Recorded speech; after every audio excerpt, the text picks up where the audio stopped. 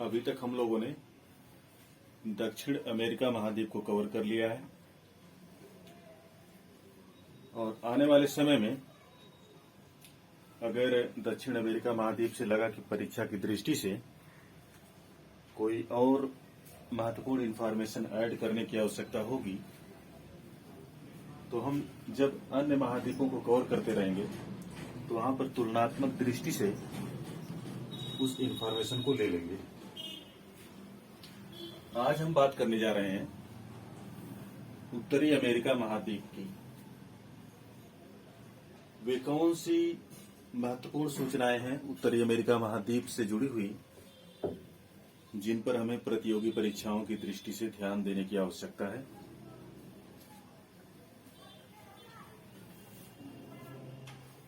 यानी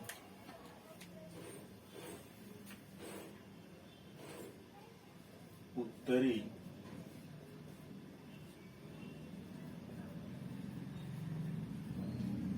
America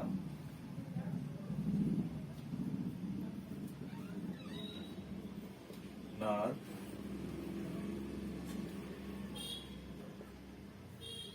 America, इसके बारे में हम लोग बात करने चल रहे हैं। और हम लोग यहां पर देखेंगे सबसे पहले तो उन महासागरों को देखते हैं जो उत्तरी अमेरिका महाद्वीप के पूर्व और पश्चिम में विस्तृत है। यानी पूर्व और पश्चिम की तटीय रेखा को स्पर्श करते हैं। तो आप यहां पर पूर्व में देखेंगे तो आपको उत्तरी अटलांटिक महासागर यानी अटलांटिक महासागर का उत्तरी भाग अटलांटिक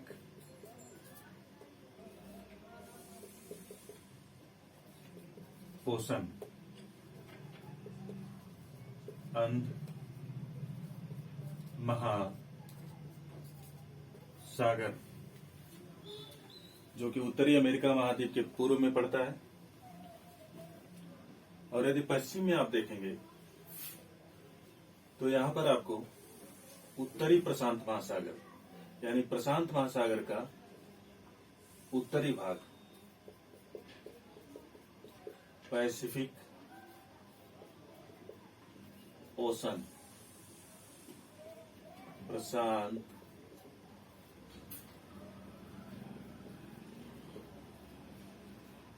महासागर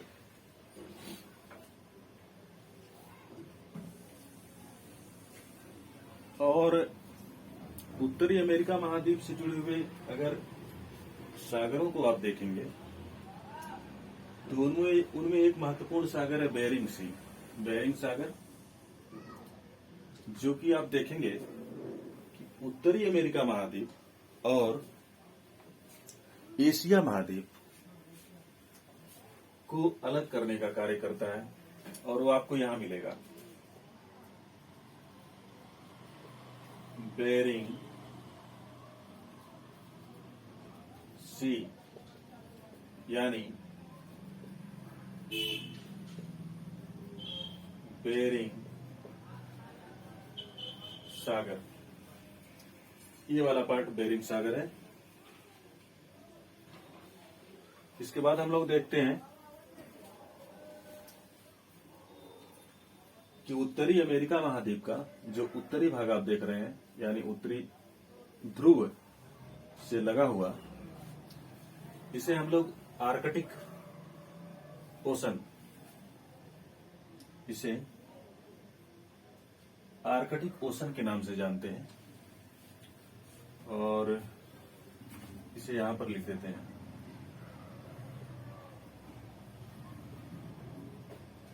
आर्कटिक ओशन यानी आर्कटिक महासागर। और आर्कटिक महासागर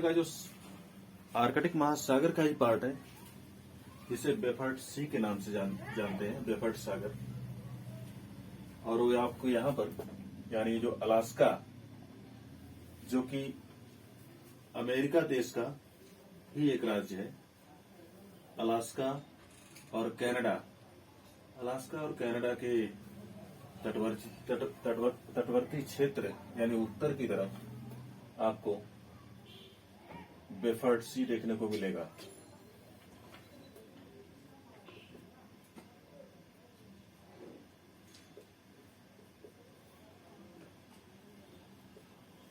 बेफर्ड सी, बेफर्ड सागर।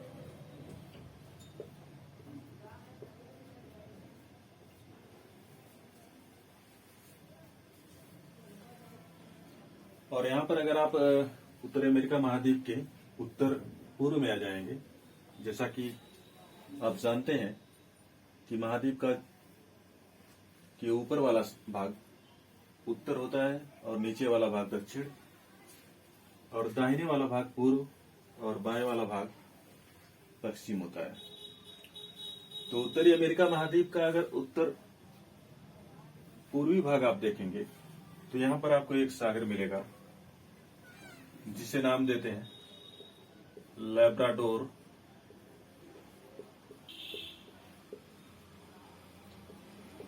सी, यानी लैब्राडोर सागर।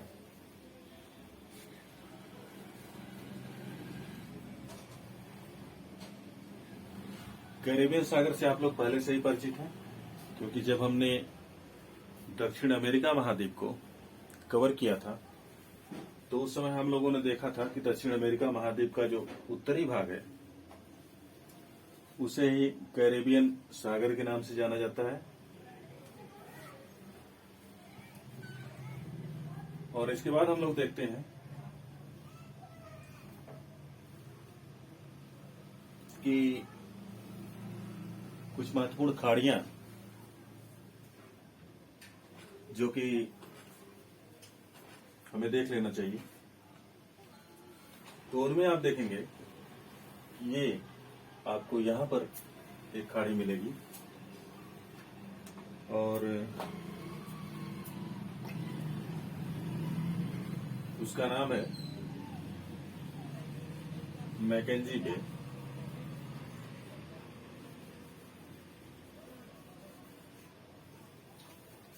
ये यहां पर मैकेंजी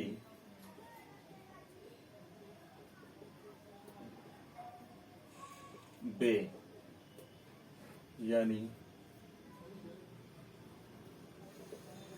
मैकेंजी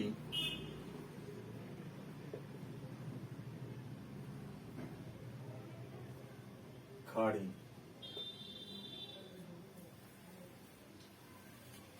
जो कि अलास्का और कनाडा के उत्तरी क्षेत्र में स्थित है।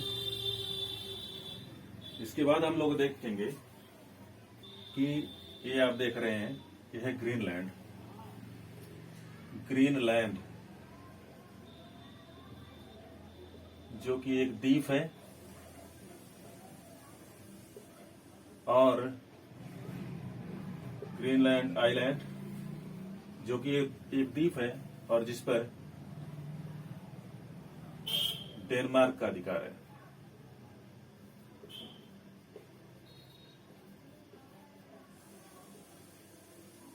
Denmark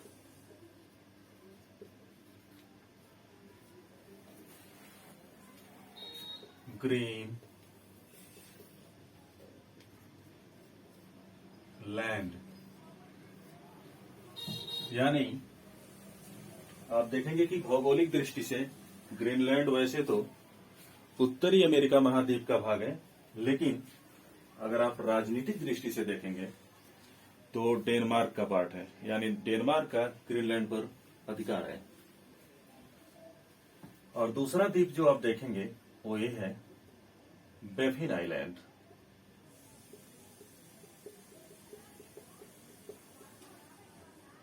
Baffin island. और आपको जानना चाहिए कि बेफिन आइलैंड जो है वो आर्कटिक महासागर का दूसरा सबसे बड़ा द्वीप है।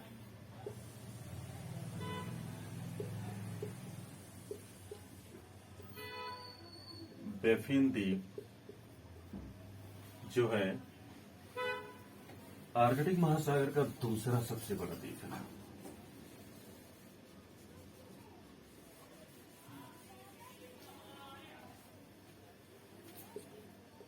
Second biggest island of Arctic Ocean, and if we talk about the third biggest island of Arctic Ocean, यानी तीसरे बड़े द्वीप की अगर बात करेंगे आर्कटिक महासागर में, then that will be Victoria island here, यानी विक्टोरिया आइलैंड, विक्टोरिया द्वीप जो कि आर्कटिक महासागर का तीसरा सबसे बड़ा द्वीप है। Third biggest island of Arctic ocean.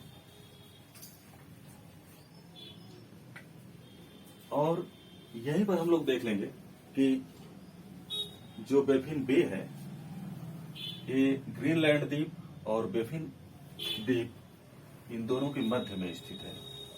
और नाम से भी आप कनेक्ट कर सकते हैं कि बेफिन आइलैंड है, और इसी से मिलता जुलता यहाँ पर नाम रखा गया है बेफिन की खाड़ी।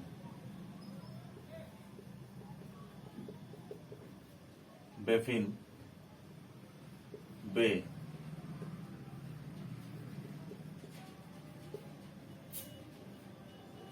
बेफिन की खाड़ी। आगे आने वाले समय हम लोग बात करेंगे कि जो आप लेब्राडोर सी देख रहे हैं, यहां से एक उत्तरी ध्रुव से विषुवतरेखी क्षेत्रों की तरफ एक जो है जलधारा चलती है। और जैसा कि हमने बताया था पहले भी कि उत्तरी ध्रुवीय क्षेत्रों में तापमान की कमी होती है, ऐसे में उत्तरी ध्रुवीय क्षेत्रों की ओर से चलने वाली जलधाराएं ठंडी होती हैं। तो यहां पर आप देखेंगे कि ये जो जलधारा होती है उसे लेब्राडोर जलधारा के नाम से ही जाना जाता है। और आपने अभी देखा कि ये लेब्राडोर सागर का ही भाग है, ऐसे में इस जलधारा का नाम लेब्राडोर कोल्ड करंट रख दिया गया। Labrador cold current, it means Labrador is a cold current because of its origin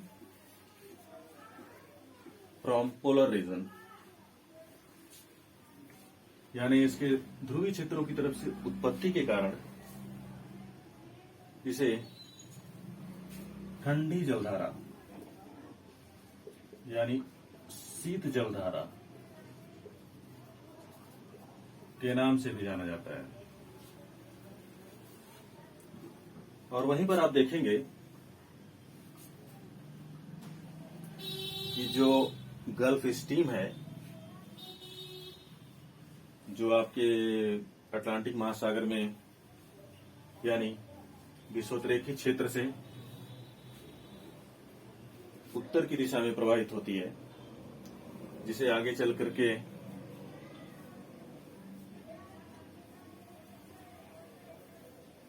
आप देखेंगे जो आगे चल करके यहाँ पर यानी लेब्राडोर शीत करंट और यहाँ पर गल्फ स्ट्रीम जो आ रही है वो आकर के यहाँ पर मिलती हैं। ऐसे में यहाँ पर मत्स्य उत्पादन की दृष्टि से एक खुशनुमा वातावरण की उत्पत्ति होती है। और पहले भी हमने बताया था कि अगर गर्म जलधाराएं और ठंडी जलधाराएं कहीं पर मिलती हैं तो वहां पर फाइटोप्लैंक्टन जो कि मछलियों का मुख्य आहार होता है उसके उत्पादित होने की संभावनाएं प्रबल हो जाती हैं। ऐसे में आप अभी बात करेंगे कि यहाँ पर जो आप देखेंगे सेंट जॉन, यानी ये न्यू फाउंडलैंड है, न्यू फाउंडलैंड की राजधानी है सेंट जॉन। और सेंट जॉन आप देखेंगे कि यहाँ पर तट पर स्थित है सेंट जॉन। तटीय राजधानी एवं बंदरगाह है। इसकी जो है जलीय गहराई काफी कम है।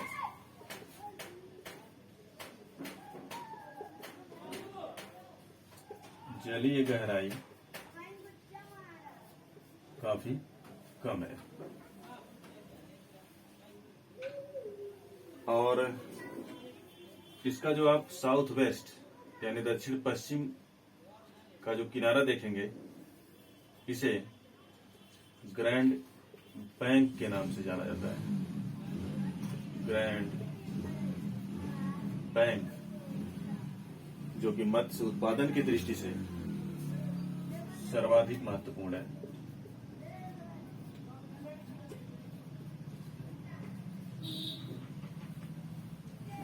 न्यू फाउंडलैंड है और ये स्टेट है आपके कनाडा का। इसी तरीके से हम लोग जो महत्वपूर्ण बिंदु हैं उनको देखते चलेंगे।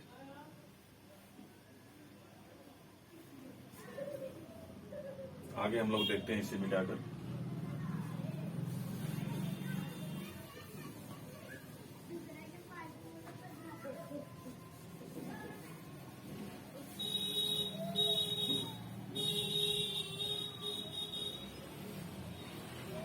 ये जो आप देख रहे हैं ये है नोवा स्कोटिया। और नोवा स्कोटिया के जो पूर्व में तट है वहां पर है हैलीफॉक्स।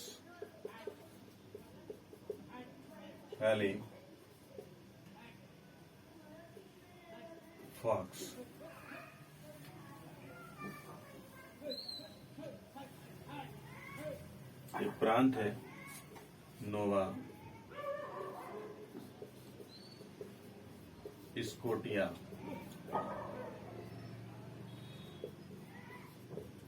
नोवा स्कोटिया, जिसकी राजधानी है हैलीफॉक्स।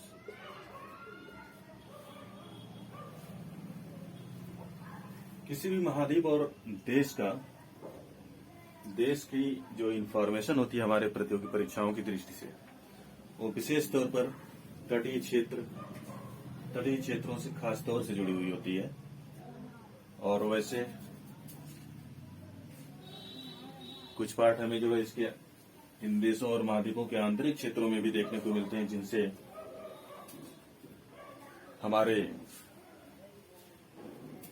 हमारी प्रतियोगी परीक्षाओं में प्रश्न पूछे जाते हैं, बशर्ते उनका कोई न कोई इंपॉर्टेंस होना चाहिए। सामान्य जानकारियां नहीं पूछी जाती हैं।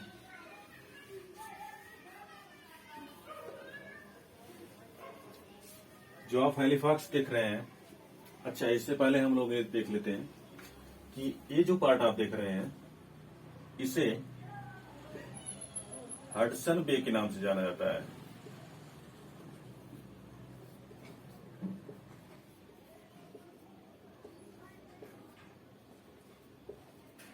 हडसन खाड़ी, जो कि कनाडा से ही लगा हुआ क्षेत्र है। और जो ये पार्ट आप देख रहे हैं इसे जेम्स बे के नाम से जाना जाता है। बे मैंने खाड़ी होता है, जेम्स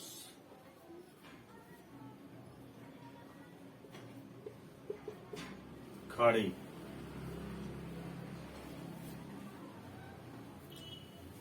दो तीन चीजों पर हमें जो विशेष तौर पर ध्यान देना चाहिए वो ये है कि जहां से प्रश्न बनने की संभावनाएं होती हैं, ये जो आप देख रहे हैं कनाडा और अमेरिका यानी यूएसए,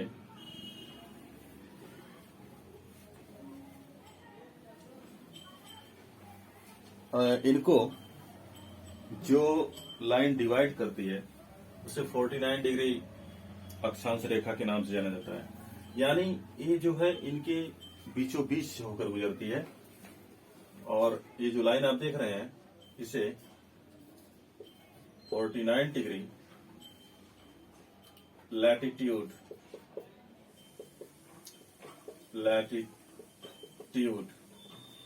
यानी अक्षांश रेखा यानी 49 डिग्री अक्षांश रेखा के नाम से जाना जाता है, जो कनाडा और यूएसए के मध्य से होकर गुजरती है।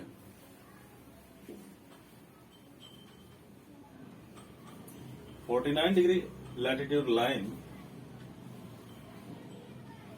divides Canada and United States of America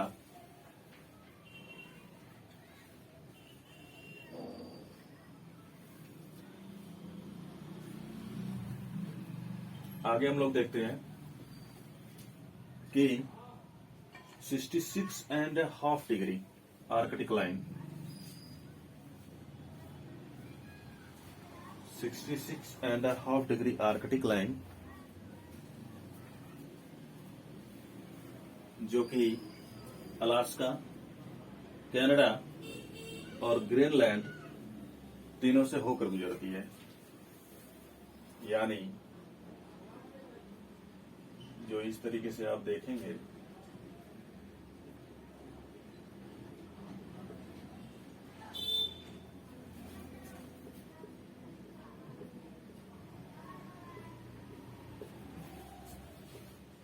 ये लाइन है 66 degree Arctic line, 66.5 degree Arctic line. क्योंकि आर्कटिक महासागर इसके उत्तर में स्थित है, इसलिए उसी के नाम पर इसका नामकरण आर्कटिक लाइन कर दिया गया है। आर्कटिक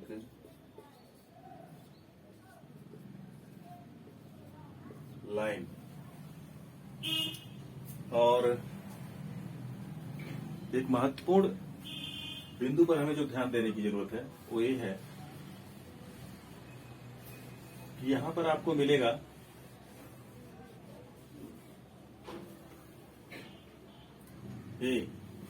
यह एक झील है जो कि कनाडा में स्थित है और इसका नाम है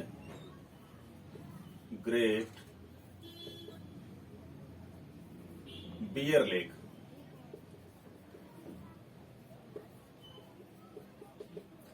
यानी ग्रेट बियर झील। और इसकी विशेषता यह है कि जो आर्कटिक लाइन है इसके जस्ट ऊपर से होकर गुजरती है। आगे हम लोग देखते हैं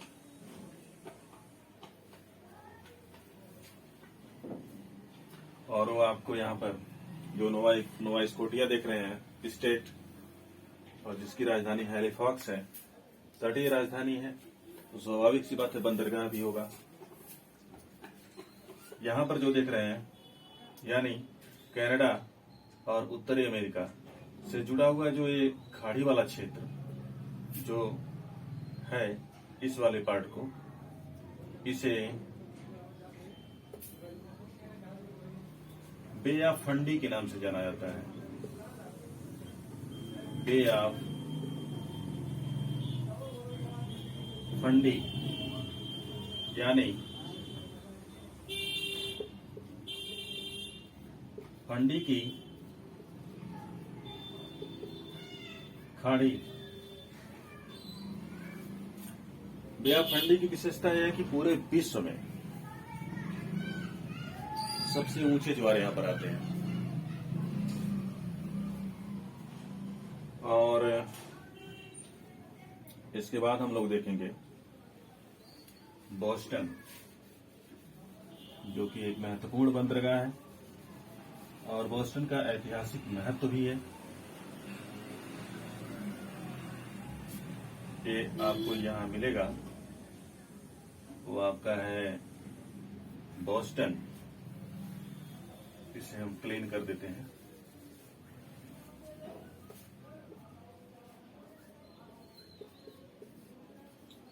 बोस्टन जो कि एक बंदरगाह शहर है और जो कि ऐतिहासिक महत्व रखता है, इसलिए भी इस पर ध्यान दिया जाना चाहिए। इसके बाद हम लोग जो देखने चल रहे हैं वो है न्यूयॉर्क। न्यूयॉर्क उत्तरी अमेरिका का सबसे बड़ा बंदरगाह है और वो यहाँ पर आप देखेंगे जो ये पार्ट है जिसे लॉन्ग आइलैंड के नाम से जाना जाता है। लॉन्ग आइलैंड, लॉन्ग डीप, और इसी पर स्थित है आपका न्यूयॉर्क नगर या शहर। न्यूयॉर्क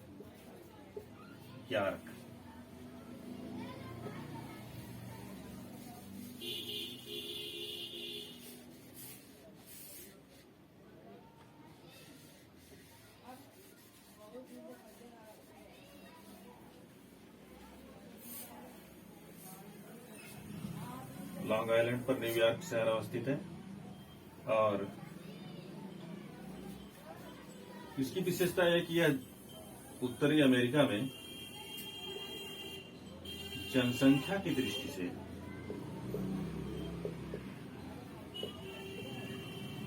सबसे बड़ा नगर है। यानी ये अमेरिका का जनसंख्या की दृष्टि से सबसे बड़ा नगर या शहर है। और दूसरी महत्वपूर्ण जो विशेषता इसकी ये है कि न्यूयॉर्क अमेरिका की वित्तीय एवं फाइनेंशियल राजधानी शहर भी है।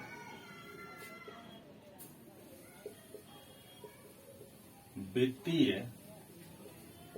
एवं फाइनेंशियल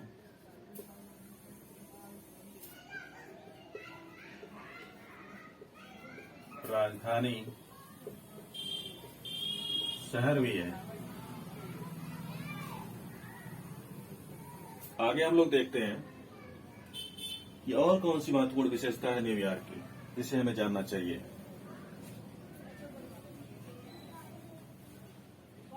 तो आप देखेंगे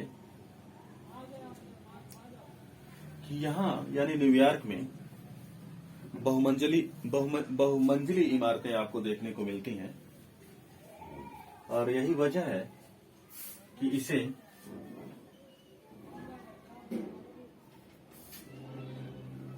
सिटी ऑफ स्काई स्क्रैपर के नाम से भी जाना जाता है।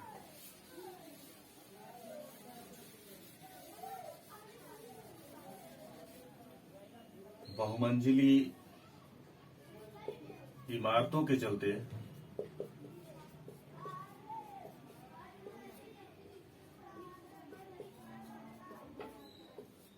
इसे सिटी ऑफ स्काई स्क्रैपर के नाम से भी न्यूयॉर्क को जाना जाता है।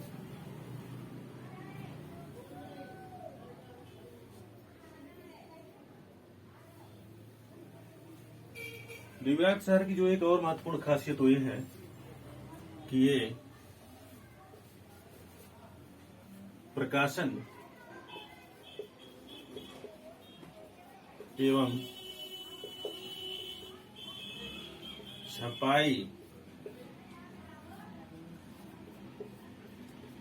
उद्योग की दृष्टि से भी महत्वपूर्ण है।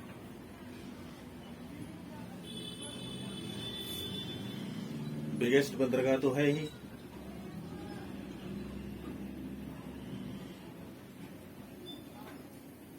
और न्यूयॉर्क शहर रेडीमेड वस्त्र उद्योग की दृष्टि से भी महत्वपूर्ण है।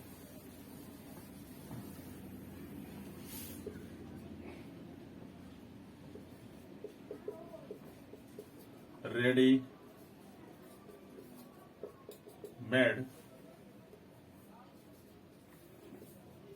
वस्त्र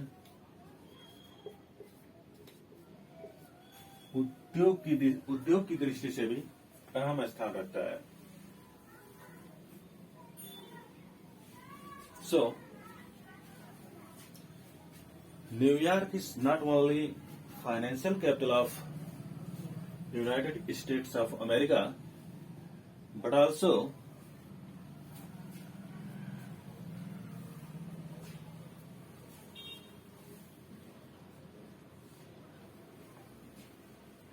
famous for ready-made cotton industry,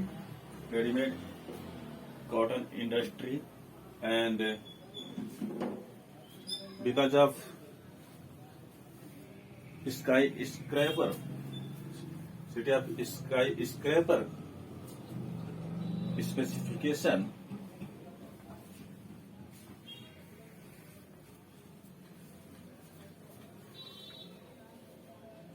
it has its own importance. अब आगे हम लोग देखेंगे कि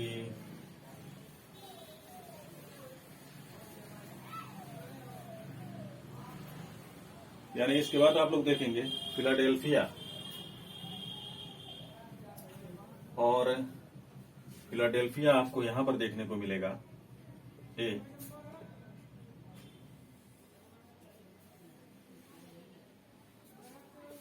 Philadelphia,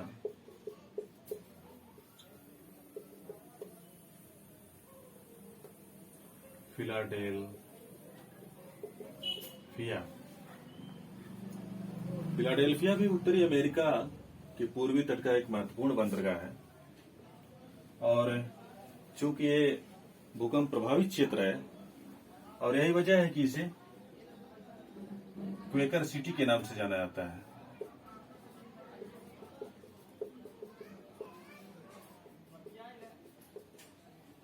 Quaker city,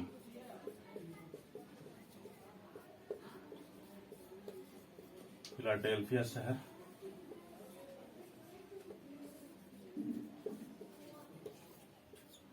Quaker city. Next हम लोग देखेंगे तो आपको मिलेगा बाल्टीमोर, फिलाडेल्फिया के दक्षिण में ही स्थित है। आप कह सकते हैं कि दक्षिण पश्चिम में स्थित है, और ये है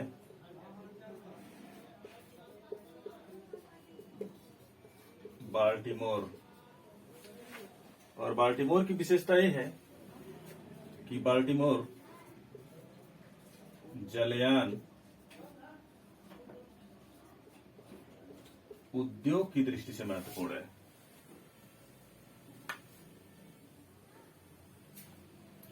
इसके बाद हम लोग जो देखेंगे अमेरिका की राजधानी यानी political capital of America, Washington DC.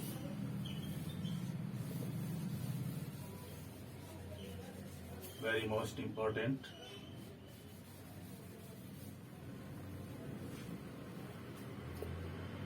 ये आपको वाशिंगटन डीसी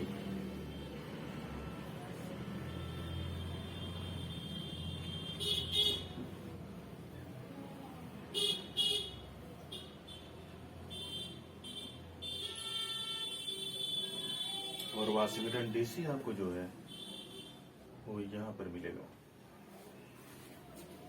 वाशिंगटन डीसी।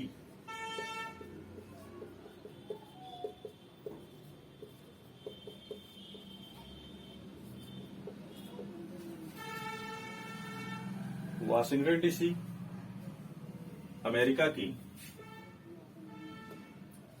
राजनीतिक राजधानी है।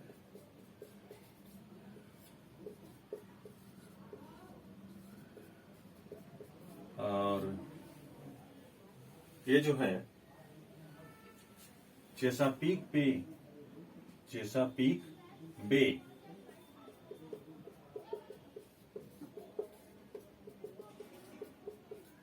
चेसापीक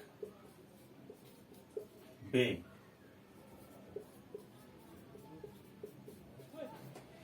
चेसापीक की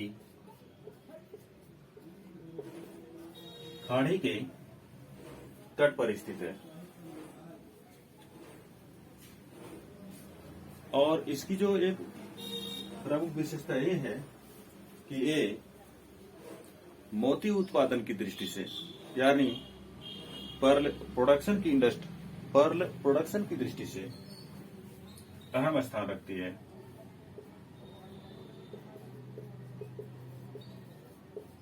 पर्ल यानी मोती उत्पादन की दृष्टि से महत्वपूर्ण स्थान रखती है। इसके बाद हम लोग आ जाते हैं, देखते हैं फ्लोरिडा प्रायद्वीप। और फ्लोरिडा प्रायद्वीप आपको उत्तरी अमेरिका महाद्वीप के दक्षिण पूर्व में मिलेगा, यानी नीचे वाला पार्ट दक्षिण और राइट वाला पार्ट पूर्व, यानी दक्षिण पूर्व में देखने को मिलेगा। पहले भी हमने बताया था कि भूमि का वह क्षेत्र जो तीन तरफ से जल से और एक तरफ से स्थल से घिरा हो उसे प्रायद्वीप यानी पेनिनसुला के नाम से जानते हैं। और आप देखते हैं कि तीन तरफ से जल से घिरा हुआ और एक तरफ से स्थल से घिरा हुआ है, और इसी को हम नाम देते हैं फ्लोरिडा।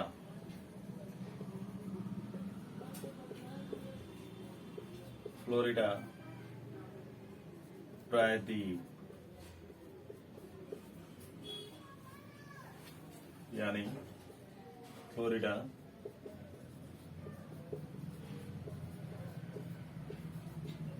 पेनिनसुला। फ्लोरिडा पेनिनसुला के पूर्व में यानी अटलांटिक महासागर से लगता हुआ पूर्व का जो तटीय क्षेत्र है, वहां पर आपको एक प्लेस मिलेगा जिसका नाम है केप कैनावेरल। केप कैनावेरल वो आपको यहां पर दक्षिण पूर्व में मिलेगा।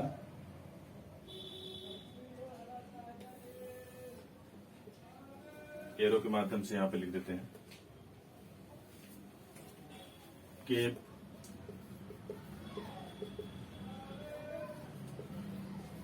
कैनावेरल।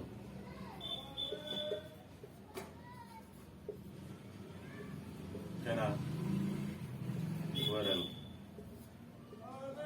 Cape Canaveral. और इसकी विशेषता ये है कि ये मिसाइल एवं रॉकेट लॉन्चिंग यानी rocket and missile launching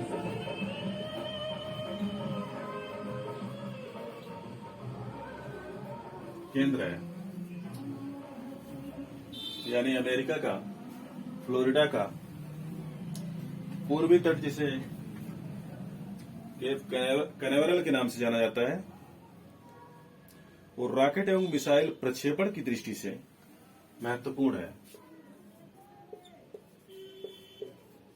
rocket एवं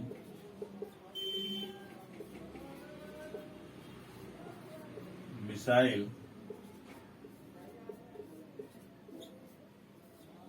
प्रक्षेपण की दृष्टि से महत्वपूर्ण है।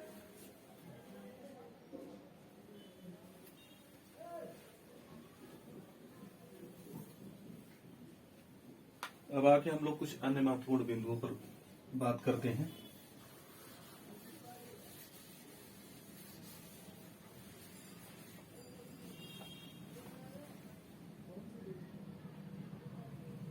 तो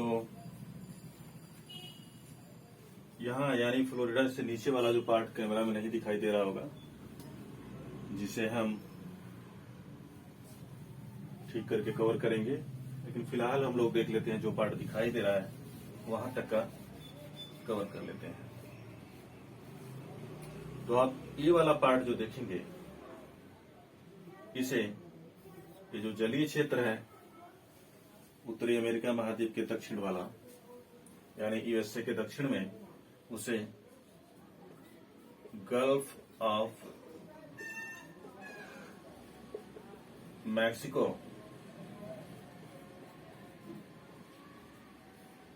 मैक्सिको की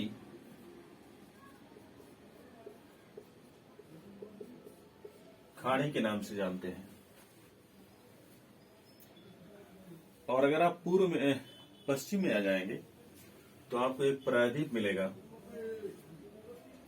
और वो है कैलिफोर्निया प्रायद्वीप, ये वाला भाग।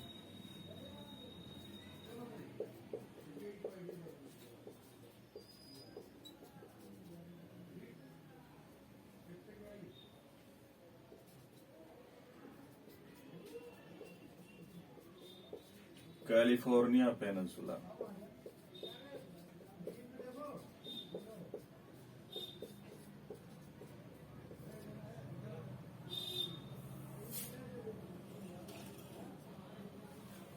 कैलिफोर्निया प्रायद्वीप, कैलिफोर्निया पेनिनसुला नाम से लग रहा है कि यहां से लगता हुआ जो कैलिफोर्निया स्टेट है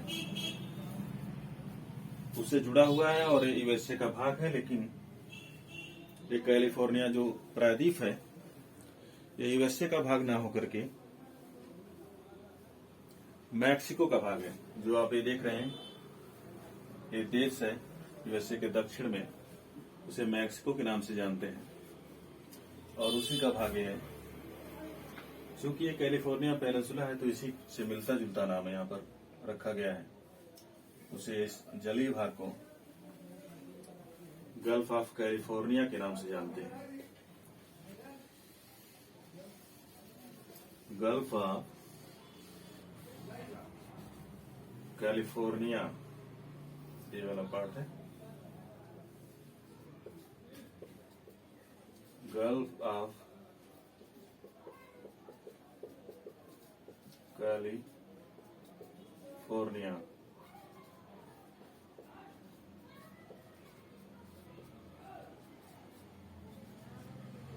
कैलिफोर्निया की खाड़ी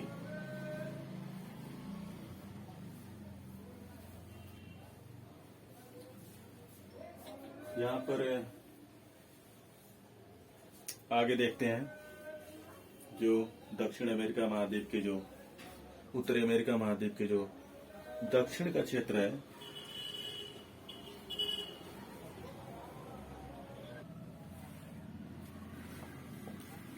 अब आप लोगों को जो है उत्तरी अमेरिका महाद्वीप का जो है नीचे का भाग है वो भी दिखाई दे रहा होगा। तो यहां पर हम लोग देखते हैं कि जो 23.5 डिग्री ट्रॉपिक ऑफ कैंसर यानी कर्क रेखा जो अमेरिका महाद्वीप उत्तरी अमेरिका महाद्वीप से होकर गुजरती है उसे देखते हैं। तो आप देखेंगे 23.5 डिग्री जो कर्क रेखा है वो कैलिफोर्निया प्रायद्वीप, मैक्सिको और इसके बाद गल्फ की खाड़ी से होते हुए ये जो क्यूबा है, क्यूबा के ऊपर और फ्लोरिडा के दक्षिण से यानी मध्य से होकर निकल जाती है। तो आप देखेंगे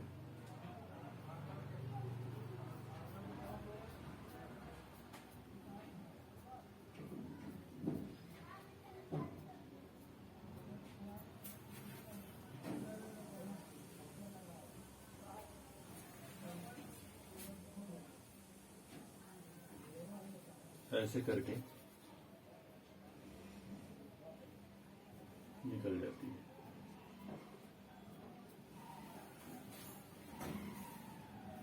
और ये है आपकी 23.5 डिग्री ट्रॉपिक ऑफ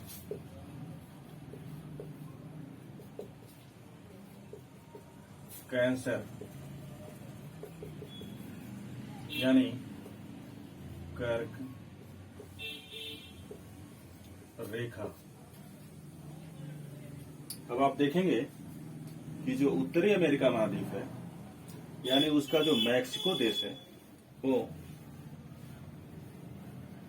आपको उष्ण कटिबंधीय जलवायु और समशीतोष्ण कटिबंधीय जलवायु दोनों क्षेत्रों में देखने को मिलेगा।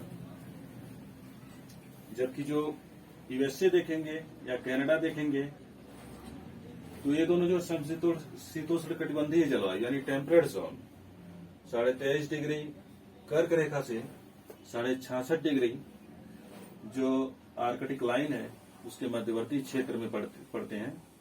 और हालांकि कनाडा का जो विस्तार है वो न केवल समशीतोष्ण कटिबंधीय जलवायु में है, बल्कि इसके बाद आप देखेंगे फ्रिजिड जोन, या फ्रिजिड जोन यानी जिसे शीत कटिबंधीय जलवायु बोलते हैं, उसमें भी है। जो शीत कटिबंधीय जलवायु आपको 66.5 डिग्री आर्कटिक लाइन और 90 डिग्री के मध्यवर्ती क्षेत्र में देखने को मिलेगी। यहां पर आप देखेंगे कि जो ये मैक्सिको देश है उसी का एक प्रायद्वीप है जिसे बोलते हैं युकाटन पेनिनसुला। ये वाला भाग है ए, इसे हम यहां पर प्रदर्शित कर देते हैं, युकाटन पेनिनसुला।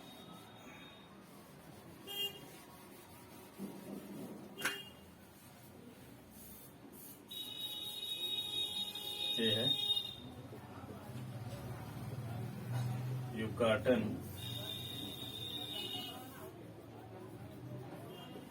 पेनिनसुला, यानी युकाटन प्रायद्वीप। युकाटन प्रायद्वीप की भी खासियत ये है कि इसकी जल की गहराई जो है काफी कम है, और आगे देखेंगे आप तो आपको ये मिलेंगे जिसे ग्रेटर एंटिलिस द्वीप बोलते हैं, यानी ग्रेटर एंटिलिस आइलैंड्स। यानी ग्रेटर एंटिलिस पर्वत के जो भाग सागर के ऊपर रह गए और जो जल से चारों तरफ से घिरे हुए हैं, उन्हीं को ही हम ग्रेटर एंटिलिस के द्वीप कहते हैं। यानी इस पूरे को जो आप देख रहे हैं, ये वाला पूरा पार्ट, यानी ये क्यूबा है आपका, जिसकी राजधानी यहाँ पर आपको देखने को मिलेगी। ये उत्तरी क्षेत्र में जो है क्यूबा की राजधानी हवाना, और ये देश है आपका क्यूबा। ये भी ग्रेटर एंटिलिस पर्वत के द्वीपीय क्षेत्र का ही भाग है।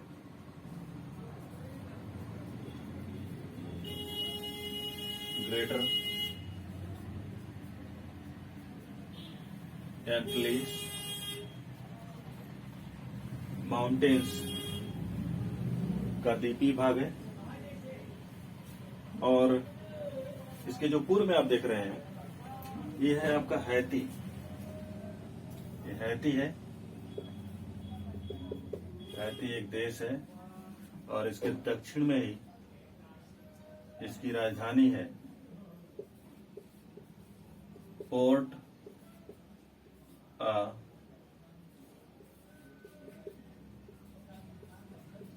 प्रिंस। और इसके पूर्व में आप देखेंगे आपको मिलेगा डोमिनिकन रिपब्लिक।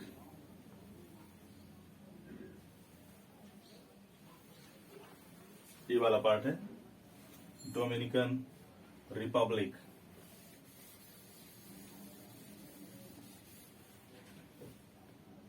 और और इसकी भी राजधानी जो यहाँ पर दक्षिण में है, जिसका नाम है सांतो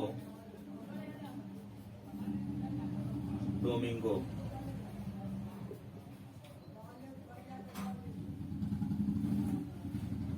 ये है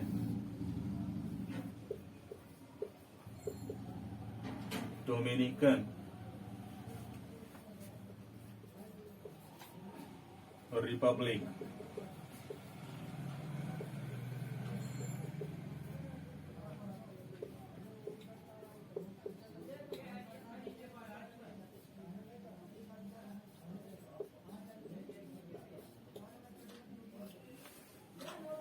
और आपको जानना चाहिए कि जो हैती है और डोमिनिकन रिपब्लिक, ये दोनों ही जिस द्वीप पर स्थित हैं, उस द्वीप का नाम है हिस्पैनियोला आइलैंड, यानी इसे हिस्पैनियोला आइलैंड के नाम से भी जाना जाता है। यहाँ पर हिस्पैनियोला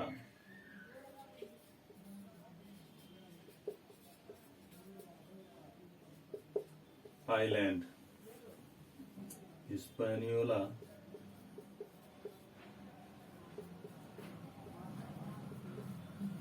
हिस्पैनियोला द्वीप। और इसके पूर्व में जो आप देख रहे हैं, ये है प्यूर्टो रिको। प्यूर्टो रिको और इसकी राजधानी है सैन जुआन। हालांकि वो महत्वपूर्ण नहीं है, बस ये जान लेना चाहिए कि प्यूर्टो रिको पर भी यूएसए का अधिकार है। प्यूर्टो रिको पर यूएसए का अधिकार है। और इसके पूर्व में आप देखेंगे जो ये लेसर एंटिलिस माउंटेन्स के लेसर एंटिलिस आइलैंड्स हैं, यानी लेसर एंटिलिस माउंटेन्स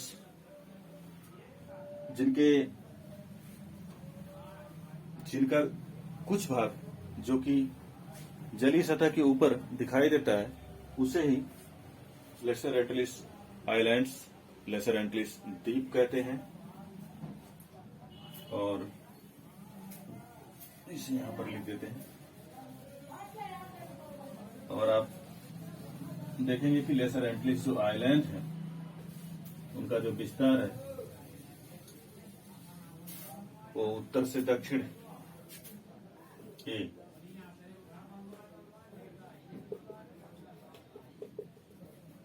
लेसर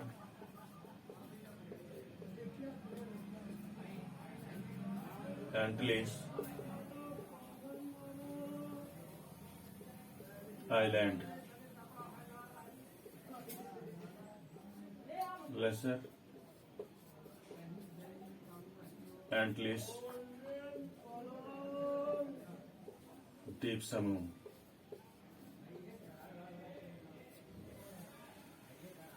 जिसका उत्तर से दक्षिण में विस्तार है। आगे हम लोग आने वाले समय में ये जो कुछ महत्वपूर्ण देश हैं, उन्हें और उनकी महत्वपूर्ण विशेषताओं को देख लेंगे। हालांकि यहाँ पर हमें एक जो महत्वपूर्ण नहर के बारे में जानना चाहिए, वो है पनामा नहर। और पनामा नहर आप देखेंगे कि जो ये अटलांटिक महासागर है और जो ये प्रशांत महासागर है, इनको जोड़ने का कार्य करती है। और ये पनामा नहर, जो ये पनामा देश आप देख रहे हैं,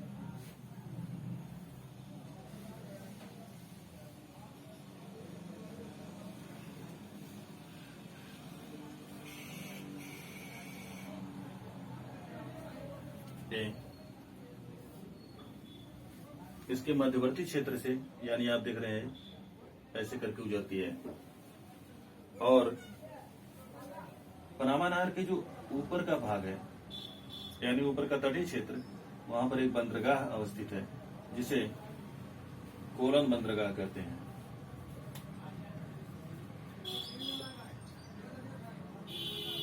कोलन बंदरगाह के नाम से जानते हैं। और वहीं पर आप देखेंगे कि पनामा नहर का जो भाग आपके पैसिफिक ओशन यानी प्रशांत महासागर से टच करता है, उसे वहां पर एक बंदरगाह है जिसे पनामा सिटी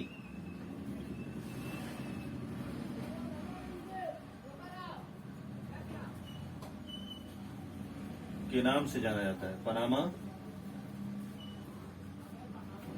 सिटी के नाम से जाना जाता है।